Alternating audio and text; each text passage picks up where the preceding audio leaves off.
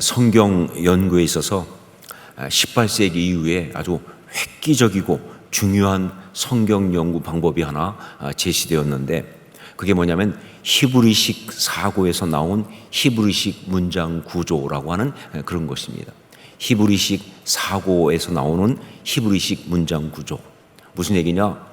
성경을 기록한 성경의 저자들이, 물론 성령의 감동으로 기록되죠. 하지만 모두가 다 히브리식 사고 구조를 갖고 있는 사람들이에요.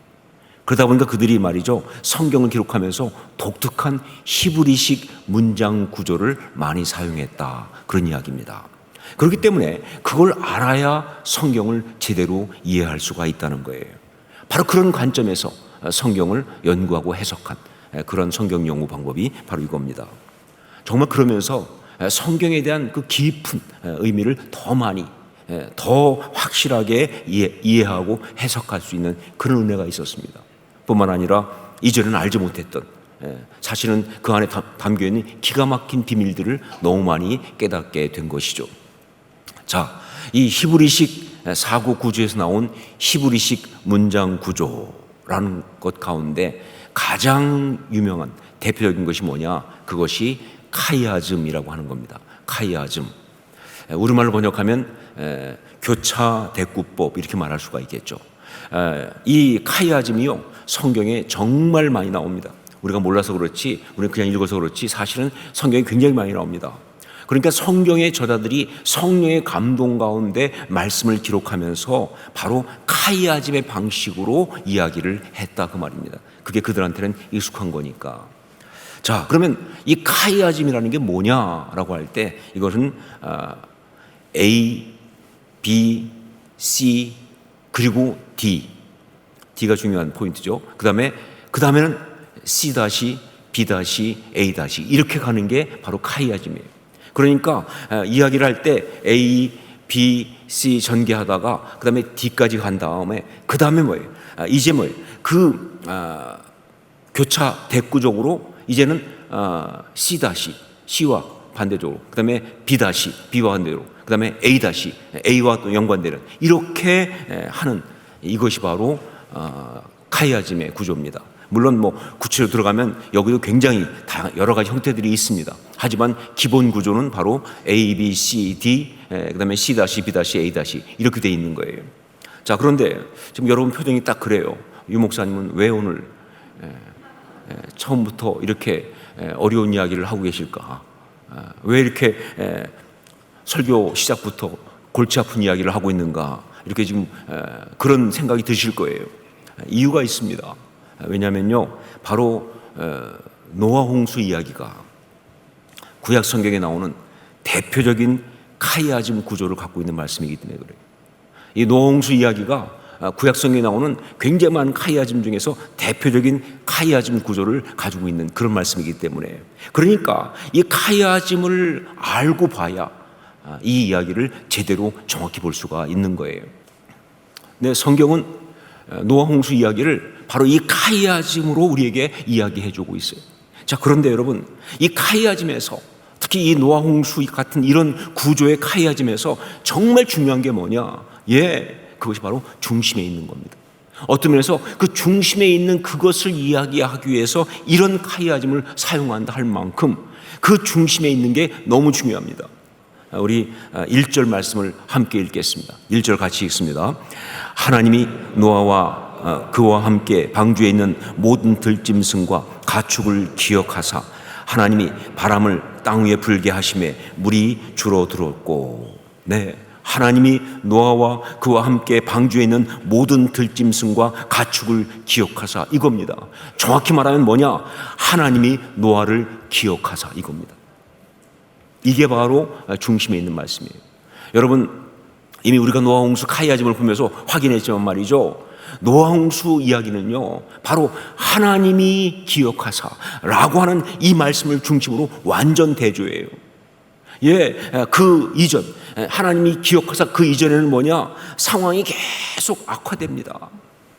죄악 때문에 하나님께서 세상에 있는 사람, 그 모든 걸 보면서 한탄하시고, 그러면서 심판을 결심하시고, 그러면서 노아를 위해서 방주를 만들고 너희는 그로 들어가라고 말씀하시고, 그러나 홍수는 시작되고, 그러면서 물이 점점 많아져가지고 온 세상을 꽉 채우는, 그야말로 암담한 암울한 그런 상황으로 계속 가고 있는 거예요. 그러다가 하나님이 노아를 기억하사라는 이후의 방향이 확 바뀌기 시작합니다. 하나님이 노아를 기억하사 이 순간부터 방향이 바뀌기 시작하는 거예요. 우리가 종종 한 말 그대로 그야말로 뭐예요? 고난의 바닥을 쳤다 그 말이죠. 그러면서 이제 물이 줄어들기 시작하고 땅이 마르기 시작하고, 그러면서 노아와 그 가족들과 모든 것들이 방주에서 나오게 되고, 그리고 노아가 나와서 이제 이 땅에서 하나님께 제단을 쌓고 번제를 드릴 때 하나님이 그 제사를 흠양하시고 다시는 홍수로 세상을 멸하지 않겠다고 그렇게 결심하시고, 그러면서 언약을 새롭게 주시는 이야기, 이게 바로 그 하나님이 노아를 기억하사 그 다음에 벌어진 이야기예요. 여러분, 이 말씀 들으면서 지금 마음속에 생각하시겠지만 그렇습니다. 우리가 신앙의 사람으로 우리에게 주어진 삶을 정말 아름답게 살려면, 특별히 우리 삶 가운데 진정한 회복의 역사가 있으려고 하면 우리 삶에 반드시 바로 이것, 하나님이 나를 기억하사, 이 역사가 있어야 돼요. 하나님이 나를 기억하사, 이 역사가 있어야 돼요. 이게 바로 신앙인의 정말 중요한 포인트입니다. 여러분, 우리가 이 땅을 살아가면서 고난과 어려움은 절대 피할 수가 없습니다. 정도의 차이가 있을 뿐이지 말이죠, 이 땅을 살아가는 사람이라면 누구나 다 반드시 고난과 어려움을 겪게 돼 있습니다. 그게 인생이죠. 어떤 경우는 자신이 잘못하고 범죄해서 그래서 그 형벌로 고난과 어려움을 겪기도 하지만, 그러나 또 참 많은 경우 뭐예요? 나는 잘못하지 않았지만 함께 살아가는 공동체의 어떤 다른 사람이 범죄함으로, 그래서 내가 함께 그 공동체 형벌 가운데 고난을 겪는 경우도 있습니다. 뭐 억울하지만 어쩔 수가 없어요. 그게 삶이에요. 자, 그뿐 아니라 이런 개인적인 범죄나 잘못에 대한 어떤 형벌, 이런 것이 아닌 노아 홍수처럼 그 세상이 죄악 가운데 있기 때문에 하나님께서 심판을 행하시고, 그것 때문에 세상에 있는 모든 것들이 어려움과 고난을 겪는 그런 가운데서 함께 고난을 겪는 경우도 있습니다. 뭐 멀리 갈 거 없죠. 코로나19, 그것 때문에 우리가 겪은 고난, 전 그거라고 봅니다. 그것도 막 그 중에 하나다. 그걸 우리가 정말 얼마나 힘들게 겪었습니까? 자, 이게 세상을 살아가는 모든 사람들의 실존이에요. 고난을 겪을 수밖에 없다. 자, 그런데 신앙의 사람이, 하나님의 사람은요, 이런 고난 가운데, 어려움 가운데 그 삶이 무너지지 않고 오히려 아름답게 승리할 수 있는 비밀을 가지고 있어요. 그 비밀이 바로 뭐냐? 그것이 하나님이 기억하사라는 겁니다. 하나님이 나를 기억하사. 여러분, 하나님이 나를 기억하사, 하나님이 노아를 기억하셨다. 여기에 사용된 이 기억하사라고 하는 이 말은요, 히브리어로는 자카르란 말입니다. 자카르. 그런데 이 자카르란 말은요, 잊고 있다가 지금 생각난 이야기가 아니에요. 그동안 잊었다가 이제 기억이 났다, 그게 아니고요, 늘 마음에 품고 있다가 드디어 돕기 위하여 행동하는 것을 말하는 그런 단어입니다. 잊은 적이 한 번도 없어요. 늘 마음에 품고 있다가 이제 드디어 돕기 위하여 행동하는 것, 그게 바로 기억하사, 자카르예요. 그런 면에서 저는요, 이 자카르라는 말에 대한 번역이 지금 우리 개역 개정 성경에 나오는 번역 기억하사보다는요, 그 이전에 개역 성경에 나오는 번역이 훨씬 더 맞다고 생각합니다. 거긴 뭐라고 번역했느냐? 권념하사 그랬어요. 권념하사. 말 그대로 번역하면 뭐예요? 돌보시며 생각하다, 돌보며 생각하다, 권념하사. 그렇습니다. 인간의 죄악 때문에 공의 하나님께서는요, 홍수를 통하여 세상을 심판할 수밖에 없었지만, 그렇게 세상을 심판하는 그 순간에도 우리 하나님의 마음에 있었던 것은 뭐냐? 당신의 사람 노아에 대한 생각이었습니다. 정말 홍수 심판을 진행할 수밖에 없지만, 그러면서도 우리 하나님은 그 가운데 고난을 겪고 있는, 당신의 말씀에 순종해서 방주에 들어가 있지만 그런 고난 아니겠습니까? 그 노아 때문에 너무나 안타까우셨던 거예요. 그 고난과 아픔이 마음에 정말 이렇게 있으셔서 그걸 보면서 정말 그 마음이 쓰이셔가지고 그걸 늘 생각하시다가 그러다가 어떤 순간에 이제는 정말 그를 돌봐줘야겠다, 구원해야겠다 라고 하시면서 홍수 심판의 그 방향에서 이제 구원과 회복의 방향으로 이야기를 틀으신 거예요. 이게 성경의 이야기입니다. 여러분, 성경에 나오는 모든 하나님의 회복의 역사는 다 그렇게 일어나는 겁니다. 그 중에 대표적인 것 중에 하나가 뭐예요? 출애굽 역사 아닙니까? 출애굽기 2장 24절 25절 하나님이 그들의 고통 소리를 들으시고 하나님이 아브라함과 이삭과 야곱에게 세운 그의 언약을 기억하사 하나님이 이스라엘 자손을 돌보셨고 하나님이 그들을 기억하셨더라. 여러분, 그러니까 여러분, 우리가 정말 다른 것은 몰라도 우리가 정말 노아처럼 하나님이 기억하시는 사람이 되어야 할 줄로 믿습니다. 우리가 하나님이 기억하시는 사람이 되어야 돼요. 그래야 우리가 어떤 고난과 어려움이 있든지 그걸 이기고 승리할 수 있고요, 정말 그 모든 것 속에서 진정으로 회복돼서 아름답고 행복한 삶을 살 수 있는 거예요. 신앙생활의 정말 키스톤과 같은 거예요. 그리고 그뿐 아니죠. 우리만 그런 것이 아니라 그것 때문에 이 세상이, 우리 주변이, 우리 그 가치 있는 모든 것 가운데서 하나님의 나라가 이루어집니다. 그래서 하나님의 역사가 펼쳐지는 그런 일이 있을 수 있는 거예요. 그러니까 말이죠, 이거는 어떤 면에서 진짜 미니스트리다라는 것이죠. 이게 진짜 미니스트리죠. 하나님 나라를 이루는 거니까. 자, 그러면 하나님이 기억하시는 사람, 그 사람은 그러면 어떤 사람이냐? 우리가 하나님이 기억하신 사람이 되어야 할 텐데, 그러면 어떻게 해야 하는가 하는 것이죠. 저는 그 답을 구하면서 오늘 말씀을 읽고 또 묵상하는 가운데 문득 까마귀와 비둘기 이야기에 주목하게 되었습니다. 방주에서 물이 얼마나 감해졌는지, 이제 방주 밖으로 나가야 되는지 그걸 알기 위해서, 그래서 노아가 먼저 까마귀를 내보냈는데 실패했죠. 그렇죠? 그리고 이어서 비둘기를 내보내서 성공하는 그런 이야기. 이건요, 제가 주일학교 때부터 들어서 알고 있는 이야기예요.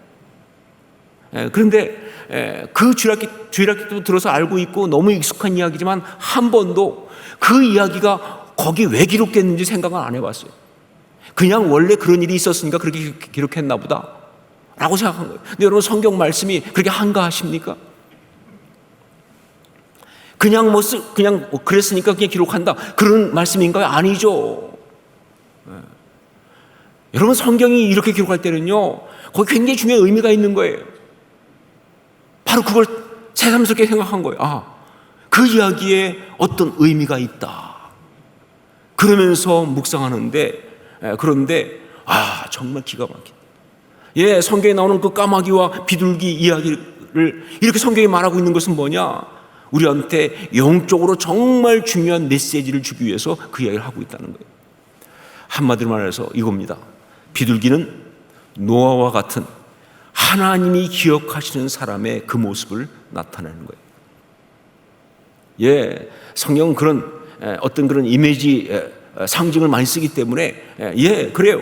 비둘기는 노아와 같은 하나님이 기억하시는 사람의 그 모습을 나타내고 있는 것이다. 자, 여러분 보세요. 까마귀는 내보냈을 때 안 돌아왔어요. 끝까지 안 돌아왔어요. 그런데 왜 비둘기는 왜 돌아왔습니까? 여러분이 비둘기라고 생각하고 한번 생각해 보세요. 비둘기는 왜 돌아왔을까? 이거에 대해서 말씀 보니까 첫 번째는 이렇게 말했어요. 발붙일 곳이 없어서. 갔는데 비둘기가 발붙일 곳이 없어서 돌아왔다고 되어 있어요. 근데 여러분, 그 비둘기가 발붙일 곳이 없어서 그래서 방주로 다시 어쩔 수 없이 돌아온 게 아니죠. 왜냐하면 까마귀는 계속 안 돌아왔잖아요. 까마귀는 끝까지 안 돌아왔거든요. 계속 날아다니면서. 그러니까 비둘기가 발붙일 곳이 없어 돌아온 것은요, 갈 데가 없어 어쩔 수 없이 돌아온 이야기가 아니에요. 그 다음에 또 어떤 사람은 그렇게 설명하더라고요. 비둘기라는 새는 원래 귀소 본능이 있다. 그래서 돌아왔다. 근데 여러분, 성경 보시면 알지만 세 번째는 날려보냈을 때 안 돌아오잖아요. 아니, 귀소 본능이 왜 세 번째는 작동을 왜 안 했습니까? 여러분, 성경이 말하고 있는 비둘기의 모습은요, 일반적인 것이 아니에요. 특별한 모습입니다. 그러니까 성경은 비둘기를 통해서 하나님이 기억하시는 사람의 모습을 그대로 그리고 있는 거예요. 비둘기라는 그 새의 이야기를 통해서 하나님이 기억하시는 사람의 모습을 그대로 그리고 있는 거예요.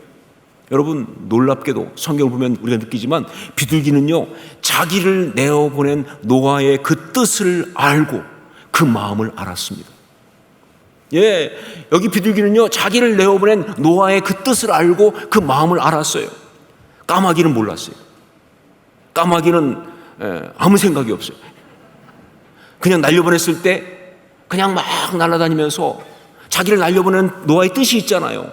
물이 감했는지 땅에 있는지 보라고 내보낸 거잖아요. 근데 그냥 나가서 그냥 그야말로 뭐 날다가 그냥 까마귀 고기를 먹었는지 까맣게 잊어버리고 그냥 혼자 막 날아다니는 거예요. 신난다고.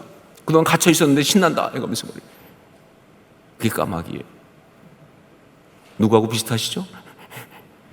그런데 비둘기는 정말 신통하게도 쭉 날아다니다가 발붙일 곳이 없으니까, 그러니까 어쩔 수 없이가 아니라 이 사실을 알려주려고. 왜? 자기가 나간 이유를 알거든요. 물이 감했는지 땅이 있는지 보라고 내면 줄 아니까 다시 노아에게 와서 그래서 알려줍니다. 아직 물이 마르지 않았다고. 이게 비둘기가 좀 보여주고 있는 모습이에요. 그리고 두 번째 내보냈을 때는요, 7일 뒤에 또 내보냈잖아요. 그때는요, 하루 종일 날다가 저녁에 감람나무 새 잎사귀를 입에 물고 돌아왔습니다. 비둘기는요, 노아가 무엇을 원하는지를 안 거예요. 또 날아가서 막 찾으면서, 그러니까 노아의 마음을 아니까, 노아의 뜻을 아니까 쭉 찾다가, 그러다가 거기에 감람나무 새 잎사귀가 있는 걸 딱 보는 순간, 저거 정말 노아가 기뻐하겠다. 그래서 그걸 물고 노아에게 돌아온 거예요. 제가 지금 과장하고 있습니까? 제가 지금 비약하고 있습니까? 사실이죠, 그게. 여러분, 놀랍지 않으세요? 아니, 정말 그 비둘기가 너무 사랑스럽지 않으세요? 전 정말 이걸 보면서 이런 비둘기라면 키워보고 싶다, 이 생각이 들었어요. 너무 귀하죠. 근데 성경은 그렇게 쓰면서 이렇게 말하고 있는 겁니다. 이 모습이 네 모습이어야 한다는 거예요. 이게 바로 하나님이 기억하시는 사람, 그 사람의 모습이라는 거예요. 하나님의 마음을 알고 하나님의 뜻을 사명으로 받아서 그걸 이루기 위해서 최선을 다하고 있는 바로 그 모습. 자신을 돌아보는 것보다도 하나님을 기쁘시게 하려고 나름 애쓰고 수고하면서 하나님의 기쁨이 자기의 기쁨이 되는, 감람나무 새 잎사귀를 입에 물고 돌아오는 비둘기 같은 성도, 바로 그 얘기를 하고 있는 거예요. 전 여기서 떠오르는 얼굴들이 있습니다. 정말 어렵고 힘든 상황 속에서도 원망하고 도망치고 싶은 그런 상황도 이 상황이지만 하나님 때문에, 하나님의 사람이라는 그 사실 때문에, 그리고 하나님이 이해는 되지 않지만 이곳에 자신을 둔 이유가 있을 것이다 라고 하는 그 믿음 때문에, 그래서 엎드려 기도할 때마다 그렇게 눈물로 기도하지만 그 자리를 지키고 견디고 결국은 승리하는 그 성도의 얼굴이 떠오릅니다. 그리고 또 떠오르는 얼굴이 있습니다. 사랑나눔 축제 때 오랫동안 공들인 태신자를 전도해 와서 그 사람을 저한테 소개하면서 신나게 말이죠. 막 성도들이 너무 신나서 막 저한테 와서 목사님, 제가 오랫동안 기도했던 사람인데 드디어 왔습니다 하면서 행복해하는 그 얼굴이 떠올라요. 저는 그 얼굴을 딱 보는 순간 그 얼굴이 떠오르면서 그렇게 깨달았어요. 저게 비둘기다. 감람나무 새 잎사귀를 물고 온 비둘기가 똑같은 것이죠. 그 기쁨, 그 마음, 하나님의 기쁨이 되는 그 행복함, 그 얼굴이죠, 그렇죠? 이외에도 많습니다. 순장으로 순원들과 함께 교제하면서 너무 행복한 얼굴들, 보면서 막 정말 그 얼굴을 보면서 이 비둘기 얼굴이 떠오르는 거예요. 또 1:1 제자연구 성경 공부를 하고 있는 양육자 동반자, 둘이 함께 할 때 옆에서 보면요, 진짜 그렇게 행복해 보일 수가 없어요. 열심히. 또 교회 학교 선생님들 아이들을 데리고 막 하는, 기가 막혀요. 사랑부 교사들 그 열심히 하시는 그 모습들, 뭐 이런저런 교회 사역에 정말 최선을 다하는, 뭐 사실 이거 다 하려고 하니까 오늘 설교를 한 시간 반 해야 돼서 제가 여기서 자르겠습니다. 성가대 섭섭하게 생각하지 마세요. 이미 들어가 있습니다. 모든 뭐 여러 분야에서 정말 열심을 다하는 그런 귀한 성도들, 그 얼굴, 무엇보다 예배의 자리를 지키고 나와서 행복하게 예배하는 바로 성도들. 특히 요즘 저의 상황이 그래서 그런지 말이죠, 저는요 요즘 특히 그 어린아이들을 안고 데리고 예배에 나오는 젊은 부부들을 볼 때마다 너무 감동스러워. 정말 아이를 키우는 거 쉽지 않을 텐데, 제가 가까이서 봐서 알잖아요. 요새 정말 열심히 하는, 정말 그 쉽지 않을 텐데 정말 열심히 감당하면서, 그러면서 이 교회까지 나와서 예배드리러 오는 그 모습 볼 때 얼마나 귀하고 사랑스러운지. 그러면서 생각합니다. 하나님이 저 사람들을 어떻게 사랑하지 않을 수가 있을까? 하나님이 저 영혼들을 어떻게 사랑하지 않을 수가 있을까? 목사인 제가 봐도 이렇게 귀하고 아름다운데 하나님이 어떻게 사랑하지 않을 수가 있을까? 그리고 그러니까 우리 하나님이 저들을 어떻게 돌보지 않을 수가 있느냐, 그 말이에요. 우리 하나님의 권념하시는 비둘기 같은 성도들이 바로 그분들이다. 하나님이 노아를 기억하사, 저는요 이 말씀에 노아 대신에 우리 이름이 들어가야 한다고 믿습니다. 하나님이 유진소를 기억하사, 하나님이 여러분 한 사람 한 사람을 기억하사, 하나님 마음을 알고 하나님의 뜻을 붙들고 주신 삶의 자리를 신앙인으로 아름답게 살아가는 하나님의 사람, 우리의 이름이 거기 들어가야죠. 그렇죠? 아니, 이미 들어갔습니다. 이미 들어가 있습니다. 하나님이 우리를 기억하셨어요. 어떻게 할 수 있느냐? 오늘 이 예배가 그 증거니까. 오늘 예배가 그 증거니까. 그렇게 아름답게 살아가는 비둘기 같은 성도가 다 될 수 있기를 주의 이름으로 축원합니다.